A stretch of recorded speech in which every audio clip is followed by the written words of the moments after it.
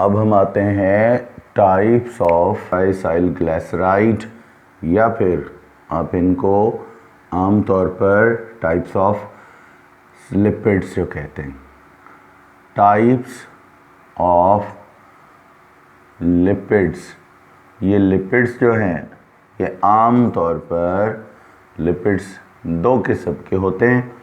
इनमें अगर आपको लिपिड्स में यानी क्लासिफिकेशन में आपको पहला 1 मोल किसका मिलता है, सिंपल, मतलब इस तरफ भी सेम अल्काइल कार्बोजाइलिक एसिड, यहाँ पर भी कार्बोजाइलिक एसिड सेम, यहाँ पर भी कार्बोजाइलिक एसिड क्या है, सेम है।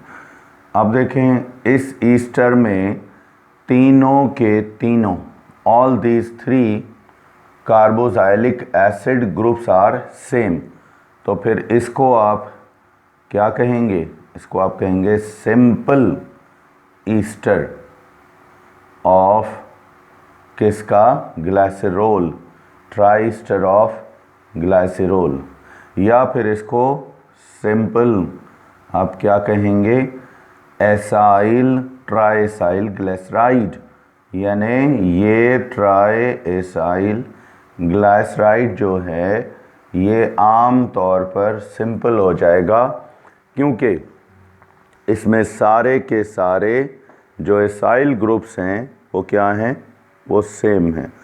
अगर सेम हैं तो फिर ये सिंपल लिपिड में भी इसको आप काउंट कर सकते हैं, सिंपल लिपिड आप इसको कह सकते हैं। तो हम कह सकते हैं यहाँ पे when all 3 carboxylic groups are same, ये क्या हैं, सेम हैं, तो फिर the lipid of glyceryl is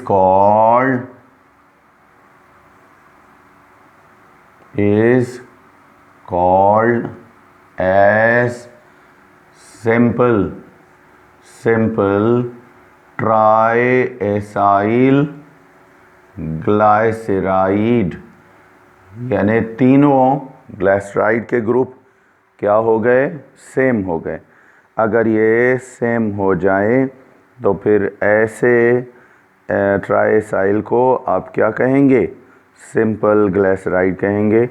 जैसे आम तौर पर आपको पता है ट्राइपामेटिन, अब इसकी एग्ज़ाम्पल मैं आपको बताता हूँ कौन सी है, आपकी बुक में भी लिखा हुआ है, ट्राइपामेटिन एसाइल ग्लिसराइड है।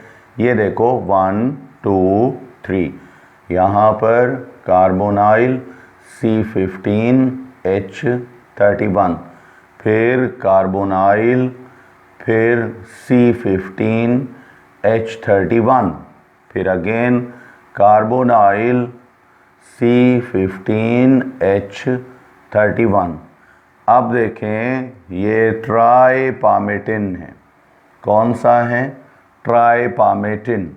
तो आपको पता है ट्राइपामेटिन में आम तौर पर जो ग्रुप मौजूद है ट्राइपामेटिन में, ये कौन सा है, C15H31 पामेटिक एसिड है।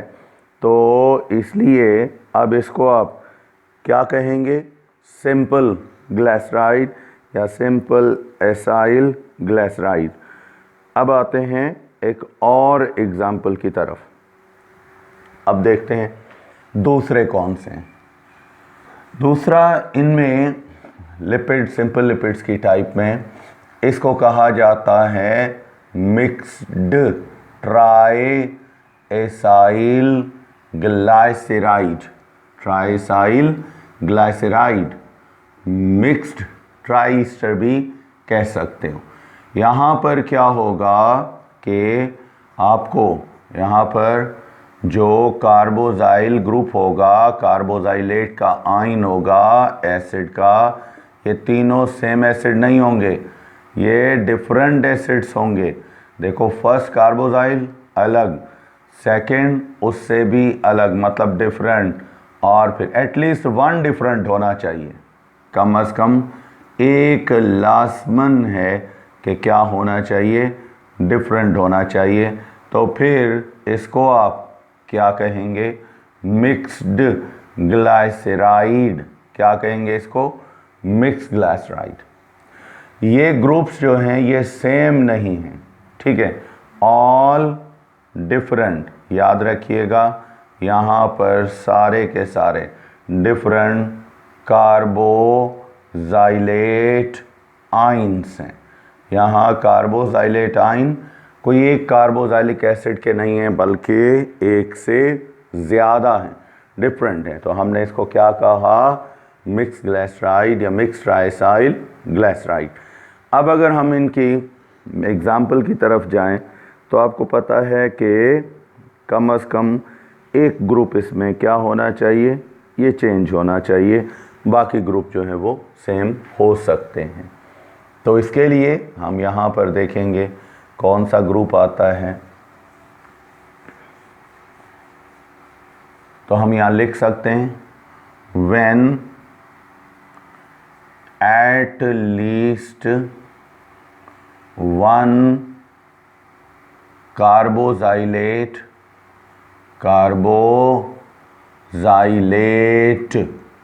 ठीक है आयन इज डिफरेंट from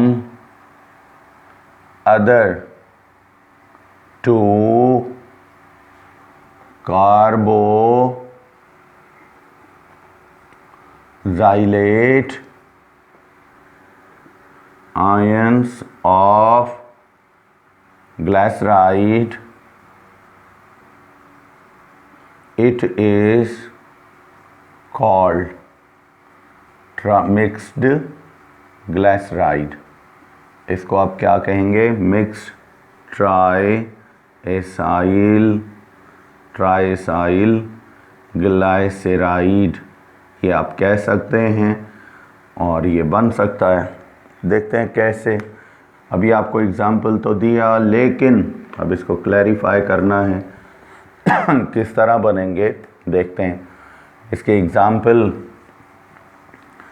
जैसा कि आपको पता है पामेटिक एसिड जैसे होता है, ऑयलिक एसिड होता है, इनको अगर आप लगाते हैं तो आपको ऑयल स्टीरियो डाइपामेटिन मिलता है।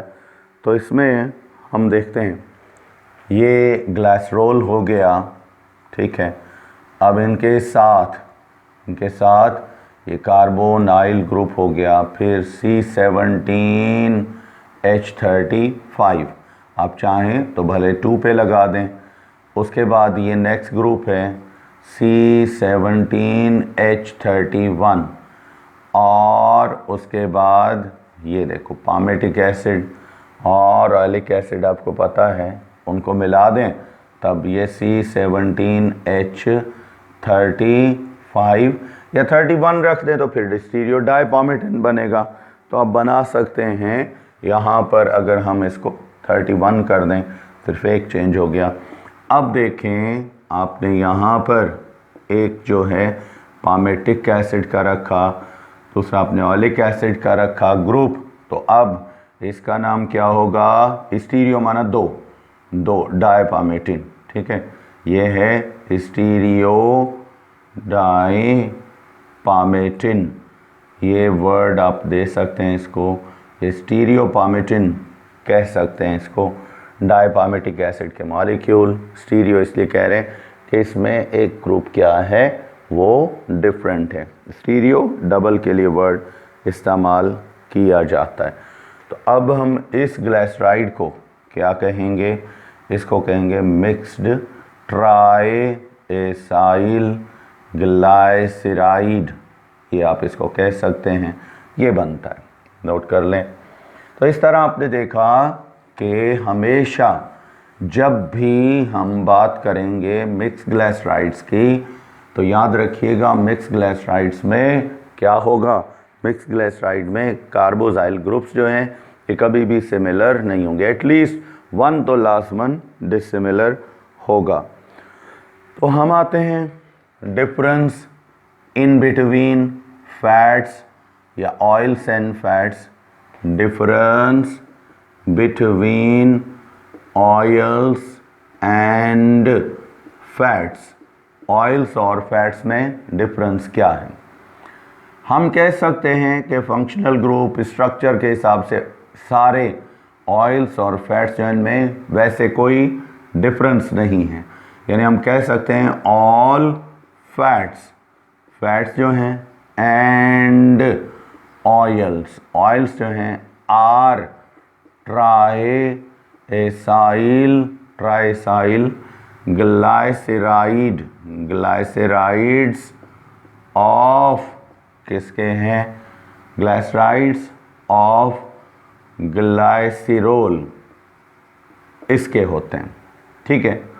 पर इनमें आमतौर पर fats are solids below 20 degree centigrade, यानी फैट्स की कॉम्पोजिशन, पहली चीज़ अगर हम फैट्स की बात करें तो 20 डिग्री सेंटीग्रेड से कम, ठीक है, वो सॉलिड होते हैं, एज वेल एज और अबव 20 डिग्री सेंटीग्रेड। अगर आप 20 डिग्री सेंटीग्रेड से टेम्परेचर बढ़ाएं भी तो भी आपको क्या मिलेंगे, सॉलिड्स मिलेंगे, ठीक है। उसके बाद फैट्स जो हैं इनमें ये ट्राइसाइल ग्लिसराइड तो हैं लेकिन थोड़ा सा फ़र्क है, कंटेन लार्ज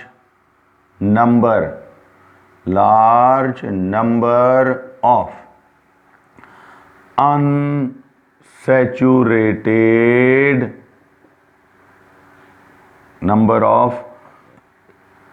saturated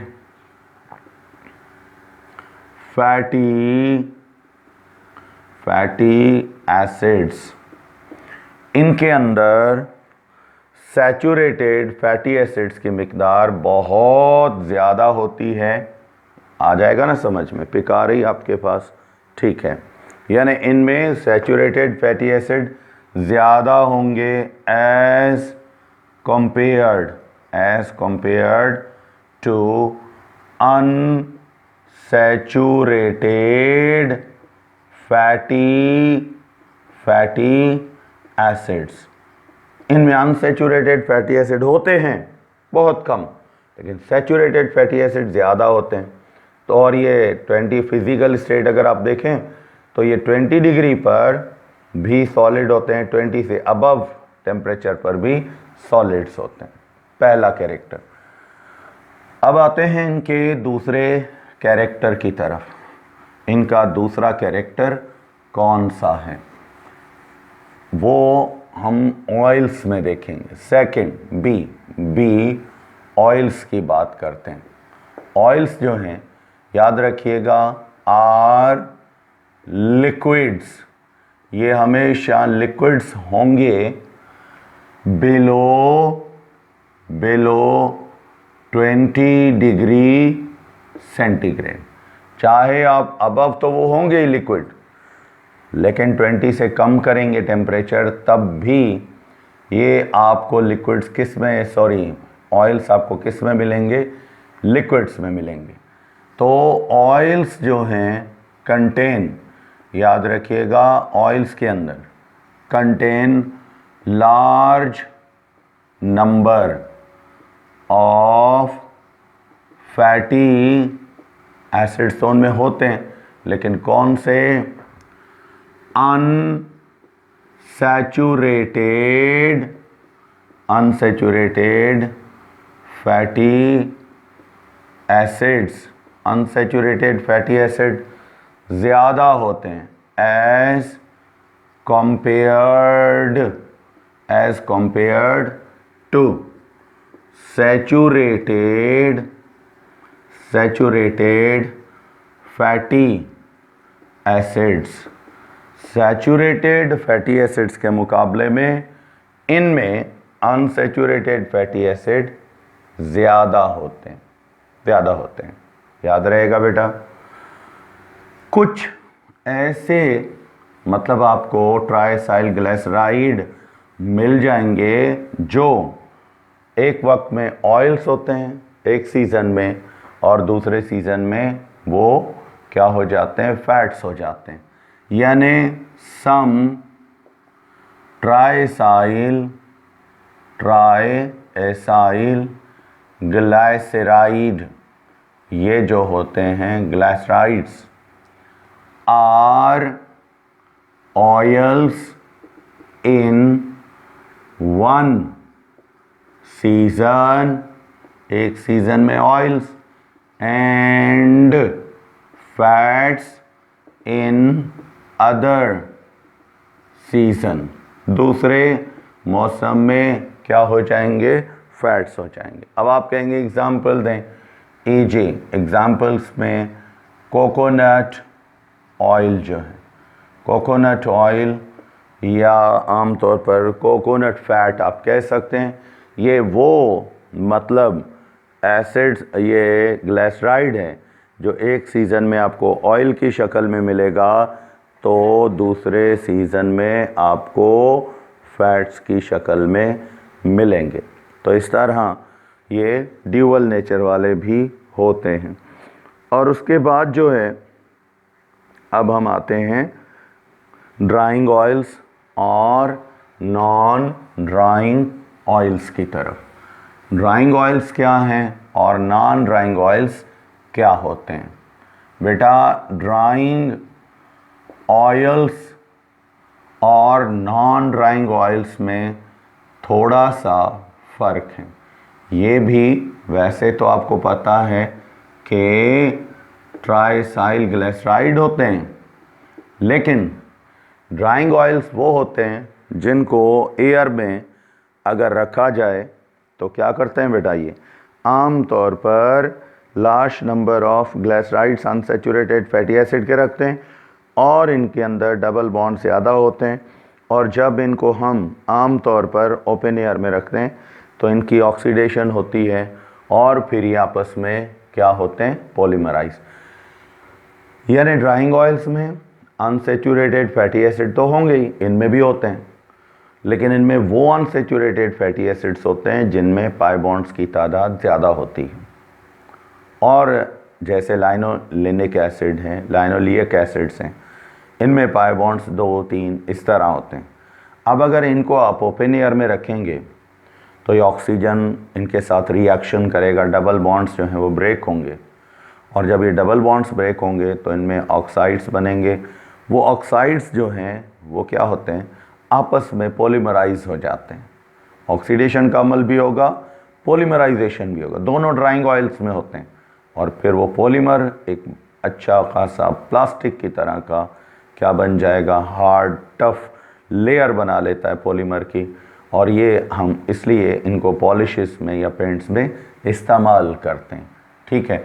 लेकिन नॉन ड्राइंग ऑयल्स कौन से होते हैं? इनके अंदर अनसैचुरेटेड फैटी एसिड्स तो होते हैं, लेकिन वो होते हैं जिनमें पाई बॉन्ड्स की तादाद बहुत कम होती है, इनका ऑक्सीडेशन बहुत कम होता है और ये लिक्विड्स ही रहते हैं। ये ऑक्साइड का पॉलीमर ये नहीं बनाते, ये पॉलीमराइजेशन करते हैं। यानी ड्राइंग ऑयल्स जो हैं are those oils which contain के जो मुश्तमिल होते हैं large number of pi bonds in their carboxylic या carboxylate ions chain, which when exposed, जब इनको रखा जाता है, expose इनको रखते हैं, in open air, open air में हवा के साथ इनका कांटेक्ट होता है and produce and on oxidation. अब इनके अंदर कौन सा अमल होगा? ऑक्सीडेशन का। On oxidation produce a polymer. ये क्या बनाएंगे? ये पॉलीमर बनाएंगे of hard tough film, layer बना लेंगे। ठीक है, यानी ये सॉलिड फॉर्म में आ जाते हैं। तो इनमें दो अमल होते हैं, एक ऑक्सीडेशन का होता है और दूसरा पॉलीमराइजेशन का। ठीक है, अब आते हैं नॉन ड्राइंग ऑयल्स की तरफ। नॉन ड्राइंग ऑयल्स कौन से हैं और इनके कैरेक्टर्स कौन से हैं, कैरेक्टरिस्टिक प्रॉपर्टीज़ कौन सी हैं? नॉन ड्राइंग ऑयल्स जो हैं इनके अंदर आपको पता है do not contain large number of pi bonds in their carboxylate ions chain। ठीक है, इनमें ये नहीं होता। they do not polymerize, और ये पॉलीमराइज भी नहीं होते हैं। ठीक है, तो ये ड्राइंग ऑयल्स और नॉन ड्राइंग ऑयल्स में फ़र्क होता है। अब आते हैं इन ड्राइंग ऑयल्स में एक और प्रोसेस भी होता है। जब इनको एयर में रखा जाता है तो इनके डबल बॉन्ड्स जो हैं वो टूट जाते हैं और ये पॉलीमराइजेशन इनमें हो जाती है। अब आते हैं एक और प्रोसेस की तरफ। वो कौन सा है? उसको आप कहते हैं rancidification of oils and fats. रैनसिडिफिकेशन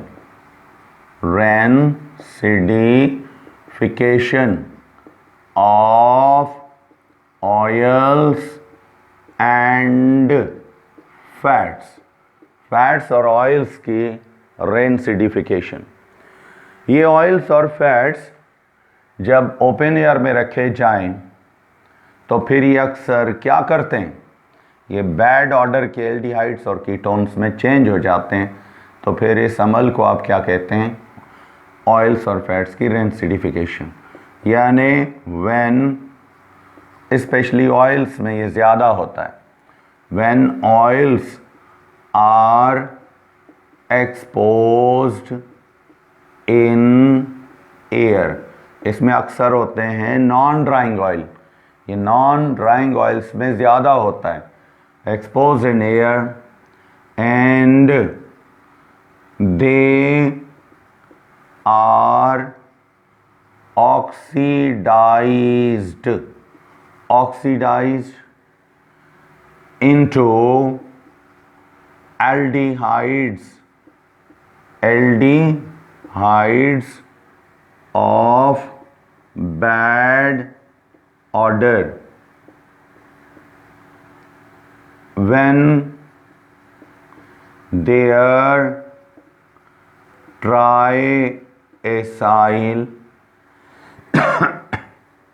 ग्लाइसराइड molecule, यानी बड़ा मॉलिक्यूल होता है ट्राइसाइल ग्लाइसराइड का, 3 कार्बोक्सिलिक एसिड होते हैं, लेकिन वो पहले टूटता है। मॉलिक्यूल्स ब्रेकअप, ये टूटता है, फिर उसमें ऑक्सीडेशन होती है, ब्रेक्स अप ऑन हाइड्रोलाइसिस। यानी इसको क्या करेंगे? जब आप इसका हाइड्रोलाइसिस करेंगे तब। तो अब आपको ये याद रखना है, रेनसिडिफिकेशन में फैटी एसिड किस में चेंज होते हैं? एल्डिहाइड्स में। ठीक है, हमेशा एल्डिहाइड बैड ऑर्डर के होते हैं, बदबूदार होते हैं। दूसरी चीज़, ये मॉलिक्यूल एल्डिहाइड्स में कब चेंज होंगे? जब इनका ट्राइसाइल टूटेगा, कार्बोजाइल एटाइन अलग हो जाएंगे, हाइड्रोलाइसिस। तो रेंसिडिफिकेशन केमिकल प्रोसेस है और इस केमिकल प्रोसेस में दो रिएक्शन होते हैं। नंबर 1 पहला कौन सा है? हाइड्रोलाइसिस, मॉलिक्यूल का टूटना, तीनों एसाइल टूट गए, फिर ऑक्सीडेशन का होना, फिर एल्डिहाइड बनते हैं। तो ये प्रोसेस क्या कहलाता है? रेंसिडिफिकेशन। रेंसिडिफिकेशन में ऑयल का कलर और ऑयल का टेस्ट दोनों चेंज हो जाते हैं, कलरलेस हो जाते हैं और कड़वा टेस्ट हो जाता है, ठीक है, ऑफ टेस्ट हो जाते हैं। तो इस अमल को आप क्या कहते हैं? Rancidification of oils and fats कहते हैं, ठीक है। अब बेटा इसके बाद हम आते हैं एक और प्रोसेस की तरफ, और वो प्रोसेस कौन सा है? उस प्रोसेस को आप कहते हैं सेपोनिफिकेशन। ये भी ऑयल्स और फैट्स दोनों में किया जाता है। सेपोनिफिकेशन वर्ड मीनिंग आम सिंपल मतलब प्रोसेस कौन सा है? सोप फॉर्मेशन, सोप फॉर्मेशन इसको भी कहा जाता है। यानी it is inverse process of esterification. ये याद रखें, इनवर्स प्रोसेस है किसका? एस्ट्रीफिकेशन का। ईस्टर बनने के ऑपोजिट प्रोसेस होता है। कैसे? व्हेन, जब क्या करेंगे? यानी ग्लाइसेरोल का जो ट्राइसाइल ग्लाइसराइड है ये हम उठाएंगे, ट्राइएसाइल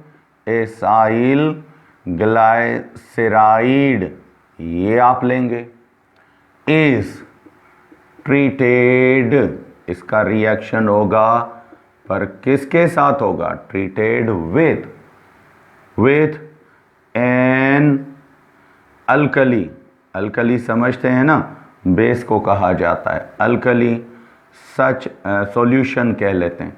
अल्कली का सॉल्यूशन बनाएं, मिसाल के तौर पे सोडियम हाइड्रोक्साइड, पोटेशियम हाइड्रोक्साइड, ठीक है। इट चेंजेस, ये रिएक्शन में चेंज होगा into salt of carboxylic acid. Carboxylic acid का क्या बनाएगा? सॉल्ट बनाएगा। अलोंग, साथ में क्या मिलेगा हमें? अलोंग ग्लाइसेरोल, ग्लाइसेरोल मिलेगा। तो इस प्रोसेस को आप क्या कहेंगे? इसको आप कहेंगे सेपोनिफिकेशन, ठीक है। यानी आपने पहले क्या लिया? ट्राइस्टर लिया, ट्राइस्टर ऑफ ग्लाइसरोल कोई भी ले लो, ऑयल का, फैट का, ये होते हैं ना। अब इनको क्या करो? हॉट सॉल्यूशन बनाओ, हीट करो, हीट ज़रूरी है, हॉट सॉल्यूशन हो किसका? किसी भी बेस का, सोडियम हाइड्रोक्साइड, पोटेशियम हाइड्रोक्साइड का, इसमें पुट किया। अब ये उसके साथ रिएक्शन करेगा, किसके साथ? अल्कोहलिक सॉल्यूशन के साथ, ग्लाइसराइड, और ये चेंज होगा कार्बोजाइलिक एसिड के सॉल्ट में, sodium acetate, potassium acetate, potassium palmate, ये बनेगा। और यही जो साल्ट ऑफ कार्बोजाइलिक एसिड होगा ये एक्चुअली क्या होगा? सोप होगा। तो सोप बेसिकली क्या है? सॉल्ट है। किसका है? कार्बोजाइलिक एसिड का। और ग्लाइसरोल भी उसके साथ दोबारा बन जाएगा। वहाँ ग्लाइसरोल एस्टरीफिकेशन में क्या होता है? ग्लाइसरोल जो होता है वो सॉल्ट में चेंज होता है, ट्राइसाइल ग्लाइसराइड में। यहाँ वही ट्राइसाइल ग्लाइसराइड ग्लाइसरोल में चेंज होता है। तो ग्लाइसरोल का प्रोसेस यहाँ रिवर्स है, इस वजह से इसको इन्वर्स प्रोसेस ऑफ एस्टरीफिकेशन कहते हैं। चलें अब हम देखते हैं कि ये रिएक्शन कैसे होगा, रिएक्शन का प्रोसेस किस तरह होगा, इसको देखते हैं। और इसमें हम ये भी देखेंगे सोप जब बनता है तो कैसे बनेगा और रिएक्शन कैसे होगा। जी, तो मैं आपको रिएक्शन का बता रहा था कि आमतौर पर ये होता है कि आप ट्राई ईस्टर उठाएंगे ग्लिसरॉल का। अब ये ट्राई ईस्टर ग्लिसरॉल का जो है ये एक्चुअली ये अल्कोहल और कार्बोक्सिलिक एसिड से बना है। अब इसको आप हॉट सॉल्यूशन में डालेंगे और ये किसका होगा, ये आमतौर पर किसी बेस का, अल्कली का होगा। तो आप यहाँ पर बेस या अल्कली यूज़ करेंगे। तो इनका हॉट सॉल्यूशन इसमें जब ग्लिसरॉल मिल जाएगा तो इसका कार्बोक्सिलेट आयन अलग हो जाएगा यहाँ से और कार्बन पॉजिटिव हो जाएंगे, जिसके साथ OH आयन्स मिलेंगे और ये ग्लिसरॉल बन जाएगा। उनके बाद बाकी कार्बोक्सिलेट आयन के साथ बेस का सोडियम मिलेगा और ये क्या बना लेगा, सॉल्ट ऑफ कार्बोक्सिलिक एसिड, जिसको आप सोप कहते हैं। तो सोप याद रखिएगा, ये सॉल्ट होता है किसका, this is the salt of carboxylic acid. तो इस तरह बना, हमें दोबारा ग्लिसरॉल रिकवर हो गया। इस ग्लिसरॉल के वापस बनने की वजह से रिटर्न होता है। तो इस प्रोसेस को आप क्या कहते हैं, इन्वर्स ऑफ एस्टरिफिकेशन। तो अगर आपसे पूछें एस्टरिफिकेशन का इन्वर्स क्या है फॉर द ग्लिसरॉल, आप ये कह सकते हैं कि ये एक्चुअली सेपोनिफिकेशन होगा। तो यहाँ तक बात क्लियर हो गई। चले अब हम आते हैं एनालिसिस करेंगे किसका, फैट्स का और उसके बाद ऑयल्स का। ये अक्सर ऑयल्स के टेस्ट होते हैं, फैट्स के बहुत कम होते हैं। फैट्स के साथ भी इनको हीट के ज़रिए मिलाया जाता है, लेकिन ये टेस्ट आमतौर पर जस्ट आप उसमें क्या करेंगे, आप यानी एनालाइज करेंगे किसको, एनालिसिस ऑफ ऑयल्स या फिर फैट्स। इसमें नंबर 1 पहला कौन सा है, this is called acid value. क्या कहोगे, एसिड वैल्यू। आपको पता है बेस किससे मिलता है, एसिड से ना। क्या बनाता है, सॉल्ट। तो हम इनमें ऑयल्स में फैटी एसिड होते हैं, जितना फैटी एसिड ज़्यादा होंगे एसिड वैल्यू, यानी एसिड और बेस मिलते हैं। तो हम इसको डिफाइन इस तरह करते हैं, इट इज़ क्या है बेटा, मिलीग्राम्स लिख लो या ग्राम्स लिख सकते हो, मिलीग्राम्स ऑफ किसके, potassium hydroxide required to neutralise. क्या करना है, neutralise 1 gram of an oil और फैट। यानी जितना आपने किसका 1 ग्राम उठाया, फैट का आपने उठाया और उसको अब देखें कि न्यूट्रिलाइज, ज़ाहिर फैट्स क्या हैं, एसिड, मिला क्या रहे हैं उसके साथ बेस। तो जितना उसमें एसिड कंटेंट ज़्यादा होगी उतना उसकी एसिड वैल्यू क्या होगी, ज़्यादा होगी। तो यहाँ पर अमाउंट ऑफ KOH याद रखिएगा, amount of KOH directly proportional होती है किसके साथ, एसिड वैल्यू ऑफ फैट के साथ। उसको न्यूट्रलाइज करती है या ऑयल को। तो इसलिए जितना ज़्यादा डालेंगे फैटी एसिड उतने ज़्यादा होंगे, एसिड कंटेंट ऑयल या फैट के अंदर क्या होगी, ज़्यादा होगी। क्लियर हो गया। अब आते हैं सेपोनिफिकेशन वैल्यू की तरफ। इसमें आपने क्या करना है, मिलीग्राम वही सेम है। अब देखो सोप फॉर्मेशन होती किससे होती है, बेस मिलाते हो, ठीक है ना। Number 2 saponification, saponification value. Saponification value क्या है, इट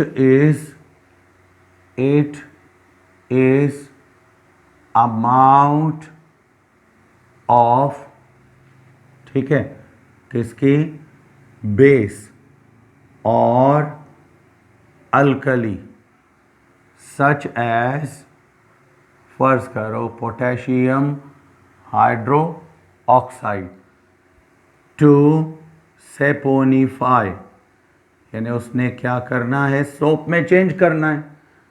सेपोनिफाई कंप्लीटली 1 ग्राम ऑफ किसका, ऑयल और फैट इनटू सोप, यानी उसको सोप में कन्वर्ट करता है, सेपोनिफाई करता है बेस।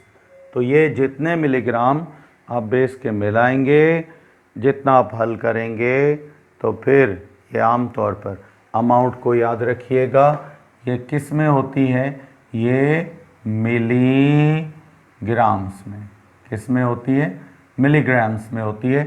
तो ये आप जितने मिलाएंगे, फिर सोप आपका कितना बनेगा, ये सेपोनिफिकेशन वैल्यू। कंप्लीटली सेपोनिफाई करें, ठीक है, 1 ग्राम ऑफ ऑयल और फैट, तो इसको आप क्या कहेंगे, इसको आप कहेंगे सेपोनिफिकेशन वैल्यू। उसके बाद हम आते हैं, नेक्स्ट वैल्यू आपको मिलेगी आयोडीन वैल्यू।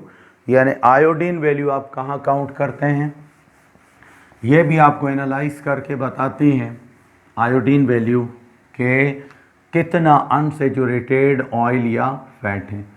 तो इसकी हमें इंफॉर्मेशन कहाँ से मिलती है, आयोडीन वैल्यू की, यानी it is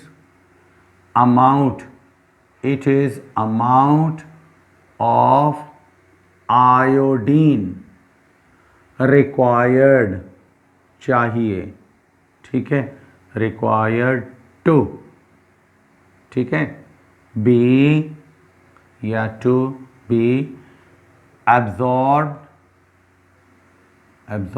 or added to 100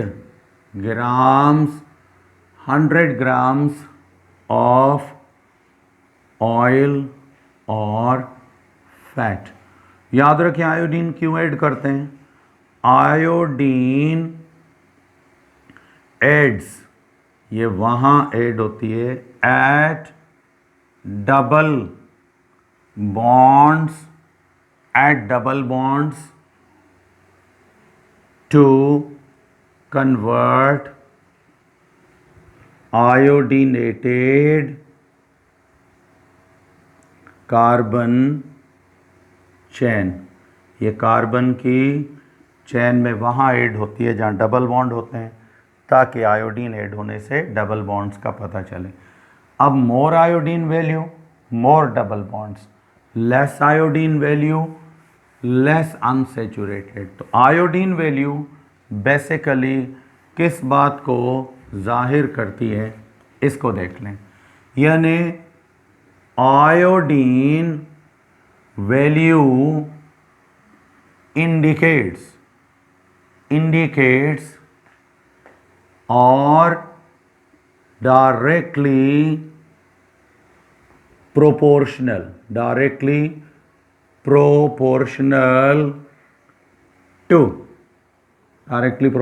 to unsaturated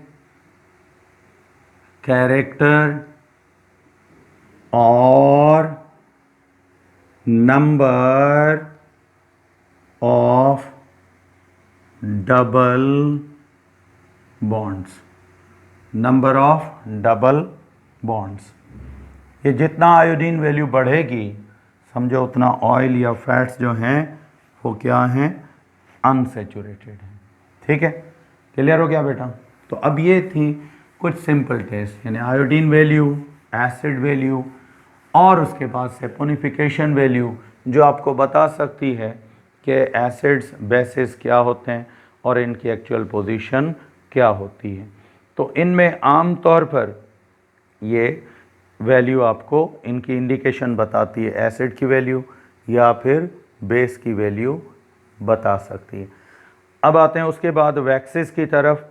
आम तौर पर इनके अंदर, यानी कि वैक्सेस की अगर आप बात करें तो वैक्सेस भी क्या है, दे आर नेचुरली, अक्सर नेचुरली होते हैं, कुछ सिंथेटिक भी बनाए जाते हैं। Naturally occurring tri esters of glycerol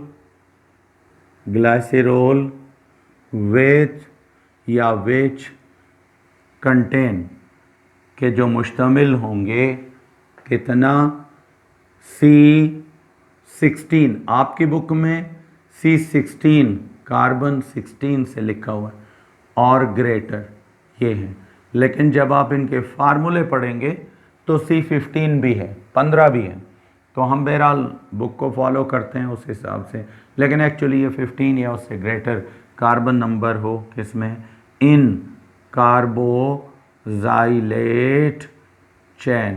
कार्बोजाइलेट chain है उसके अंदर 16 या इससे ऊपर कार्बन हो तो उनका अगर ट्राई ईस्टर बनता है तो फिर उसको आप क्या कहेंगे, वैक्स कहेंगे। और ये दो टाइप की होती हैं, एक ट्रू वैक्स कहलाती है और दूसरी आम तौर पर जो है नॉन ट्रू वैक्सेस कहलाती हैं। अब आते हैं इनकी क्लासिफिकेशन, इनकी टाइप्स।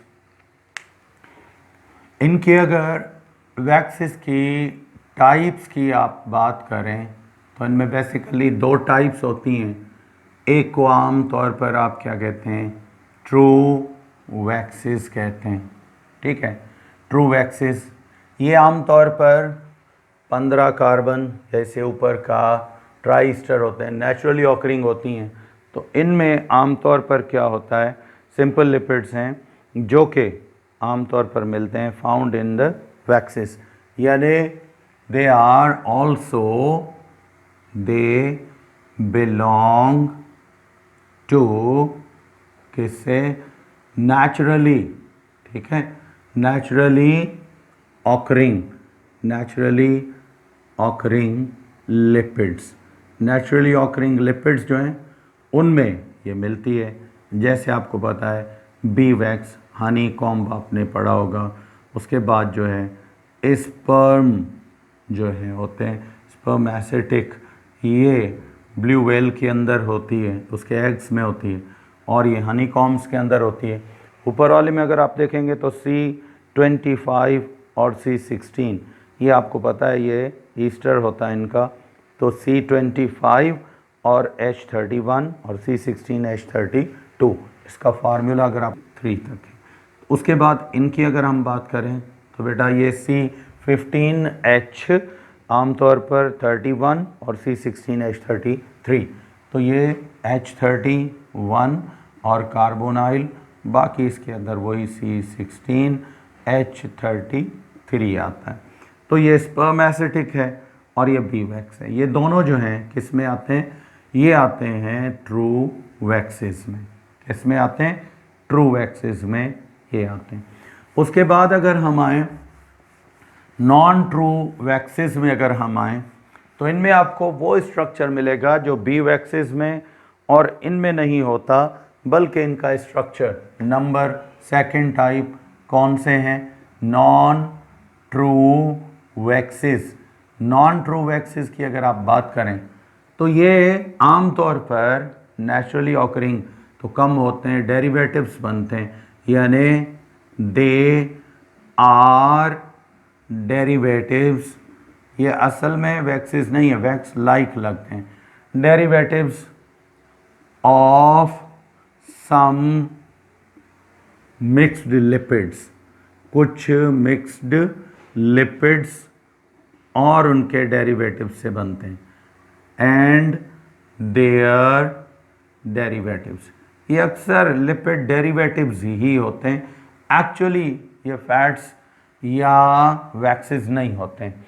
और इनको आम तौर पर आप क्या कह रहे हैं, इनका स्ट्रक्चर जो होता है इसमें आपको क्लोज चेन मतलब न्यूक्लियस मिलता है, और ये ईस्टर्स ही होते हैं, पर ये ओपन चेन में ईस्टर नहीं होते, यानी they do not possess an open chain structure. इनकी चेन कभी भी ओपन नहीं होती है, क्या होती है, क्लोज चेन होती है, जिसको आप इनका आमतौर पर साइक्लिक स्ट्रक्चर, साइक्लिक और न्यूक्लियस वाला चेन कह सकते हैं, चेन स्ट्रक्चर कह सकते हैं, ये बनता है। और ये चेन स्ट्रक्चर साइक्लिक स्ट्रक्चर होता है। अब इनका काम क्या होता है? दे प्रोटेक्ट, ये प्रोटेक्शन करते हैं अस फ्रॉम इंसेक्ट्स, ठीक है, बैक्टीरिया, वायरसेस, प्रोटेक्टिव कोर बनाते हैं, ठीक है, अगेंस्ट बैक्टीरिया, इंसेक्ट्स, ईटीसी, इनसे पैथोजन से हमें बचाते हैं। अब आ जाते हैं बेटा नेक्स्ट टाइप की तरफ, लिपिड्स की। और वो लिपिड्स कौन से हैं? इनको आमतौर पर आप सेकंड बड़ा ग्रुप कह सकते हैं। ये तो सिंपल थे, वैक्स, ऑयल और फैट्स। अब हम आते हैं कंपाउंड लिपिड्स की तरफ। कंपाउंड लिपिड्स क्या हैं? ये आमतौर पर कहा जाता है कि ये कॉम्प्लेक्स लिपिड भी कहलाते हैं, कॉन्जुगेटेड लिपिड कहलाते हैं। तो इनकी एग्जाम्पल्स आपको बताते हैं कि ये क्या होते हैं। कहते हैं कंपाउंड लिपिड्स, ये कह सकते हैं, और कॉन्जुगेटेड लिपिड्स, ये कह सकते हैं। कंपाउंड लिपिड्स और कॉन्जुगेटेड लिपिड्स कह सकते हैं। यानी ये भी ट्राइस्टर ही होते हैं, यानी दे आर ट्राइस्टर्स। याद रखिएगा ये ट्राइस्टर्स ही होते हैं। किसके? ग्लासरोल के। पर डिफरेंस क्या है? डिफरेंस सिर्फ इतना है कि इसमें 2 कार्बोजाइलेट के आइंस होते हैं, जबकि तीसरा जो इनका कार्बोजाइलेट का आइन होता है वो खुद प्योर कार्बोजाइलेट आइन नहीं होता, बल्कि उसके साथ carbohydrate, amino acid, phosphoric acid, phosphate आइन, अमाइंस हो गए, अल्काइल हो गए, ये अटैच हो जाते हैं। वो तो ट्राई ईस्टर होते हैं ना नॉर्मली जो आपको फैट्स मिलते हैं, लेकिन ये 2 ईस्टर के मालिक, मतलब 2 एसिड के आ गए। अब तीसरा जो एसिड का कार्बोजाइलेट आइन है वो रिप्लेस हो जाता है। तो इस वजह से ट्राई ईस्टर्स ऑफ ग्लासरोल, याद रखें ये भी ग्लासरोल के ही ट्राई ईस्टर्स हैं, कंटेनिंग 2 मोल्स या 2 आयंस ऑफ फैटी एसिड्स। ये फैटी एसिड्स के 2 आयन होते हैं, अलोंग वन कंपाउंड रखते हैं अपने अंदर ऑफ किसका? ठीक है, 1 compound of carbohydrate comma amino acid, ये भी आ सकता है, ठीक है, फॉस्फोरिक एसिड, ये भी इनके अंदर आ सकता है, उसका आइन या वो खुद कंपाउंड ये हो सकता है। तो ये इनके अंदर आ जाए, फास्फोरिक एसिड और फॉस्फेट वगैरह। तो इस हिसाब से फिर इनके आमतौर पर कंपाउंड, कॉम्प्लेक्स, कॉन्जुगेशन माना मिक्स हो गए, प्योर नहीं होते, ये प्योर नहीं होते, इम्प्योर होते हैं। अब अगर मैं आपको एग्जांपल दूं, आप इससे भी समझ सकते हैं कि किस तरह होंगे। फॉर एग्ज़ाम्पल आप अगर लेते हैं लिपो प्रोटीन्स, अब प्रोटीन के मॉलिक्यूल्स इनके साथ आ गए लिपिड्स के साथ, ठीक है। उसके बाद ग्लाइको लिपिड्स, माना ग्लाइको वर्ड आपको पता है किसके लिए होता है? कार्बोहाइड्रेट कंटेनिंग लिपिड्स हो गए, ये कहा जाता है, ठीक है, कंटेनिंग लिपिड्स। उसके बाद फॉस्फोलिपिड्स आपको पता है, PO4, ये आपको पता है आयन होता है इसके अंदर, तो ये बन सकते हैं फॉस्फोलिपिड। उसके बाद ये जो है बहुत ज़्यादा इम्पॉर्टेंट होते हैं, इनमें आमतौर पर फास्फोरिक एसिड होता है H3PO4।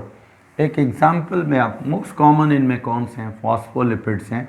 तो इनमें कार्बन की चेन बनती है, ऑक्सीजन, कार्बोनाइल, अल्काइल ग्रुप, फिर ऑक्सीजन, फिर कार्बोनाइल, फिर अल्काइल ग्रुप। और यहाँ पर अगर आप देखेंगे तो इनके साथ यहाँ पर एक मॉलिक्यूल। अब ये देखो, ये तो 2 कार्बोजाइलेट आयन हो गए, लेकिन ये नहीं होगा, ये अब किसका होगा, ये फास्फोरिक एसिड का होगा। किसका आयन होगा, फास्फोरिक एसिड का होगा। फॉस्फेट में आपको पता है H3PO4 होता है, और ये डोनेट करता है, कोऑर्डिनेट बॉन्ड बनाता है इसके साथ, फास्फोरस एसिड के साथ। तो अब इसमें ये आपको पता है फॉस्फेट का आयन आ गया, फास्फोरिक एसिड आ गया, तो इसको आप क्या कहोगे, फॉस्फोलिपिड कहोगे। क्या कहोगे इसको, फॉस्फोलिपिड। तो हमारे बॉडी में बहुत इंपॉर्टेंट लिपिड्स की अगर हम बात करें तो वो ज़्यादातर कौन से होते हैं, फॉस्फोलिपिड्स ही होते हैं। और इन फॉस्फोलिपिड्स में ये हाइड्रोजन है बेटा, इसकी कंप्लीट स्ट्रक्चर में अगर आप देखेंगे तो ये हाइड्रोजन आ जाता है ऑक्सीजन के बाद। तो इस तरीके से हम यहाँ कह सकते हैं कि ये जनरली फॉस्फोलिपिड्स जो हैं इनको हम 3 अहम ग्रुप्स में डिवाइड कर सकते हैं। बहुत इम्पॉर्टेंट हैं। हमारा आपको पता है सेल मेम्ब्रेन जो होती है उसमें इनका बहुत बड़ा रोल होता है। तो फॉस्फोलिपिड्स की टाइप्स की अगर आप बात करें तो टाइप्स ऑफ फॉस्फोलिपिड्स की टाइप्स में आपको पता है ये कौन कौन से होते हैं, लेसिथिन्स होते हैं, ठीक है। नंबर 2 आमतौर पर क्या होते हैं, सेफलिन्स होते हैं, ये भी आमतौर पर इसमें काउंट होते हैं। और स्फिंगोमेलेंस ये भी इसी में काउंट होते हैं। ये सारे के सारे सेफलिन, लेसिथिन ये और स्फिंगोमेलिन फॉस्फोलिपिड की अहम टाइप्स हैं जो आमतौर पर फॉस्फेट कंटेनिंग होती हैं और इनमें फॉस्फेट का ग्रुप होता है। तो ये थे इनके आमतौर पर एग्जाम्पल। अब आते हैं उनके बाद नेक्स्ट जो हैं, इन्हीं में कंपाउंड लिपिड्स में स्टेरॉइड्स जो हैं ये भी बहुत अहम मतलब लिपिड्स में काउंट होते हैं और इनको कॉम्प्लेक्स लिपिड्स में काउंट किया जा सकता है। स्टेरॉइड्स क्या हैं, स्टेरॉइड्स जो होते हैं ये आमतौर पर कॉन्जुगेटेड या कॉम्प्लेक्स क्या होते हैं, लिपिड्स की टाइप होते हैं, लेकिन ये आमतौर पर क्या होते हैं, नॉन सेपोनिफिएबल होते हैं। तो ये स्टेरॉइड्स जो हैं इनको अगर आप थर्ड ग्रुप कह दें इनका, किसका, लिपिड्स का, तो कह सकते हैं ये भी मिक्स में बन सकते हैं, लेकिन सिंपल लिपिड्स और कॉन्जुगेटेड से थोड़ा सा अलग हैं। इनको हम कह सकते हैं कि आमतौर पर नॉन सेपोनिफिएबल क्या हैं, ये नॉन सेपोनिफिएबल ईस्टर्स तो आप नहीं कह सकते, ग्लाइसरोल्स कह सकते हैं। नॉन सेपोनिफिएबल ग्लाइसरोल्स आर, या और आसान कर देते हैं इसको। अब आते हैं बेटा स्टेरॉइड्स की तरफ। स्टेरॉइड समझे थर्ड टाइप है किसकी, लिपिड्स की। तो इनको हम कह सकते हैं कि नॉन सेपोनिफिएबल लिपिड्स, वो लिपिड्स जो सोप में चेंज नहीं होते हैं, लिपिड्स। और जनरली इनको और नाम क्या दे सकते हो, जनरली ऑयल्स और फैट्स और वैक्सेस आर कॉल्ड, फिर इनको क्या कहोगे, कॉल्ड एज स्टेरॉइड्स। अब स्टेरॉइड्स नॉन सेपोनिफिएबल क्यों होते हैं, मतलब इनका अगर आप स्ट्रक्चर देखेंगे तो बात आपको समझ में आ जाएगी। असल में होता ये है कि इन स्टेरॉइड्स में एक पूरी कार्बन की क्या होती है, क्लोज्ड चेन होती है। मैं ऊपर से थोड़ा इसको मिटा रहा हूँ, देख लें। कार्बन की क्या होती है, इनमें क्लोज चेन होती है। ये क्लोज चेन होने की वजह और इसका ओपन चेन का एक ब्रांच का ऑर्डर होता है। अब इनमें ये जो चेन होती है इसको क्लोज चेन स्ट्रक्चर को, ये इसकी ब्रांच कहलाती है। हर मतलब अक्सर जो आपको ये स्टीरॉइड्स मिलेंगे, उनमें एक अल्काइल की चेन, ये ब्रांच कहलाती है, और ये इनका न्यूक्लियस कहलाता है। क्या कहलाता है? न्यूक्लियस और क्लोज्ड चेन कहलाता है। तो ये होता है। अब due to this close chain they are non saponifiable. ये सेपोनिफिएबल इसलिए नहीं है कि इनके अंदर चेन कौन सी है? क्लोज चेन है। तो अब क्लोज चेन की वजह से ये फिर क्या करते हैं? ये अक्सर मतलब इनका स्ट्रक्चर जब आप देखेंगे तो आपको पता चलेगा कि ये कभी भी आम तौर पर ये नहीं करते। इसमें सिंपल एग्जांपल अगर आप लेना चाहें तो आप ग्लूकोज की ले सकते हैं। यहाँ पर OH आता है, 2 मिथाइल ग्रुप ऊपर अगर आप इसमें लगाना चाहें तो आप वो भी लगा सकते हैं इसमें। तो ये बेसिक स्ट्रक्चर है इनका। यहाँ पर CH3 आप कर देंगे, यहाँ पर भी आप इसके साथ क्या करेंगे? CH3 की ब्रांच लगा देंगे, और उसके बाद बाकी ये स्ट्रक्चर अगर आप लेंगे तो ये थोड़ा सा यहाँ पर चेंज है, यहाँ पर आप इस तरह कर दें, यहाँ CH3 की ब्रांच लगा दें। तो अब ये जो स्ट्रक्चर बनेगा ये किसका होगा? Now this is cholesterol. किसकी ब्रांच है? यानी ये कोलेस्ट्रॉल का फार्मूला है। नॉन सेपोनिफिएबल ईस्टर में ये शामिल है, और वजह क्या बन रही है नॉन सेपोनिफिएबल ईस्टर की? उसकी वजह ये है कि ये आम तौर पर क्लोज चेन रखता है। इनकी और एग्जांपल्स अगर आप लेना चाहें, ये याद रखिएगा, vitamin D, vitamin A, colic acid, beta colic acid, ये सारे के सारे अहम एग्जांपल्स जो हैं याद रखें। इनमें एक चीज़ कॉमन होती है, इनका न्यूक्लियस होता है। ठीक है, अब आते हैं इनमें कुछ और एग्जांपल्स भी हैं जो आमतौर पर लिए जाते हैं। इनमें अगर आप एग्जांपल लेना चाहें तो इनका एग्जांपल कोलिक एसिड याद होगा आपको, यानी ये बीटा कोलिक एसिड, ये भी समझें नॉन सेपोनिफिएबल, डाइजेशन में आपको पता है ये यूज़ होता है। उसके बाद जो है प्रोगेस्ट्रॉन, ये आम तौर पर प्रोगेस्ट्रॉन्स क्या होते हैं? ये फीमेल क्या होते हैं? रिप्रोडक्टिव हार्मोन्स होते हैं। ठीक है, आमतौर पर जो रिप्रोडक्टिव सेल्स बनते हैं उसमें ये यूज़ होते हैं। रिप्रोडक्टिव हार्मोन्स इनको कहा जाता है। और इसके बाद टेस्टोस्टेरोन्स, ये आम तौर पर ये भी क्या हैं? ये मेल रिप्रोडक्टिव क्या होते हैं? हार्मोन्स होते हैं। आपने बायो में पढ़ा होगा। तो ये इनके आम तौर पर हार्मोन्स भी इसी में से बनते हैं। तो ये था बच्चों आज हमारा टॉपिक, जिसमें हमने डिस्कस किया किसके बारे में? जनरली हमने इनके प्रॉपर्टीज़ को डिस्कस किया। ये बाइल जूसेस आपने सुना होगा, उसमें होता है। तो आज यहाँ पर हम कुछ इम्पॉर्टेंट पॉइंट्स डिस्कस किया हमने।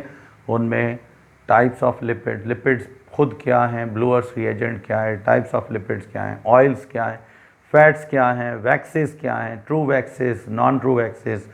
तो ये उनके अहम पॉइंट्स हैं, इनको आप याद कर लें। ये ज़्यादा थ्योरेटिकल होता है बायोकेमिस्ट्री, रिएक्शंस कम आते हैं, रीजंस आते हैं। तो इन रीजंस को प्लीज़ थोड़ा रिवाइज कर लीजिएगा। यहाँ पर आज आपका लिपिड्स का टॉपिक कंप्लीट हो गया।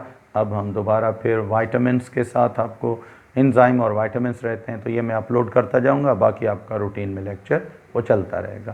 तो आप मुझे इजाज़त देंगे। अल्लाह हाफिज़।